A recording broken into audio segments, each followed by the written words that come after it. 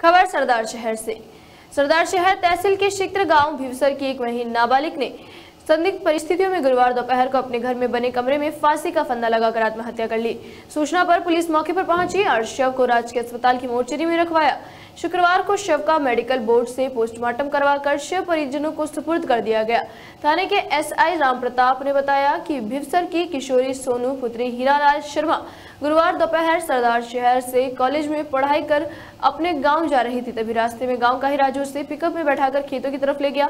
इस दौरान गांव के ही बजरंग लाल ने उनको देखा तो उनकी मां को सूचना दी। मां ने राजू को फोन कर अपनी बेटी का पता किया। किशोरी की मां का फोन आने के बाद राजू ने सोनू को उसकी मां के पास छोड़ दिया।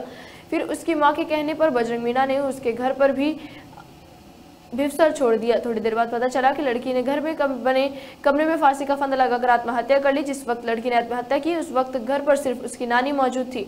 लड़की के मामा सत्यनारायण के गांव में ही युवक राजू पर संदेह व्यक्त करते हुए थाने में मामला दर्ज करवाया है। पुलिस ने किशोरी का मेडिकल बोर्ड से पोस्टमार्टम करवाकर शव परिजनों के सुपुर्द किया। वहीं मृतक के मामा की रिपोर्ट पर पुलिस ने गहनता से मामले की जाँच शुरू कर दी है और पता करने की कोशिश की जा रही है कि आखिर लड़की द्वारा आत्महत्या करने का कारण क्या रहा।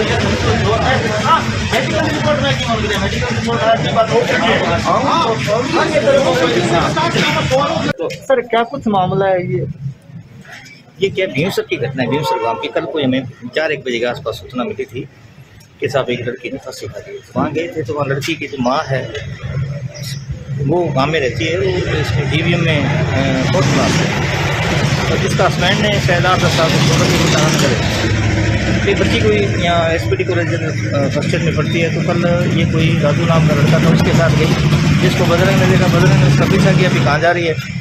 फिर वो कच्चे रास्ते छोके खेतों से निकलने लगा। फिर उसने उसकी माँ को फ़ोन कर दिया। माँ ने उस राजू को फ़ोन किया कि सोनू तेरे साथ है क्या। उसने कहा सोनू मेरे साथ है। तो मेरे पास वापस लिया, वो वापस लेके गया। उसने उसकी माँ को फ़ोन कर दिया। फिर उसके बाद वो बजरंग मीणा जो है उसके साथ उसकी माँ ने कहा भी इसको घर छोड़ देना। वो उसको घर छोड़ के उसके बाद में घर छोड़ने के बाद में उसकी नानी घर पे थी।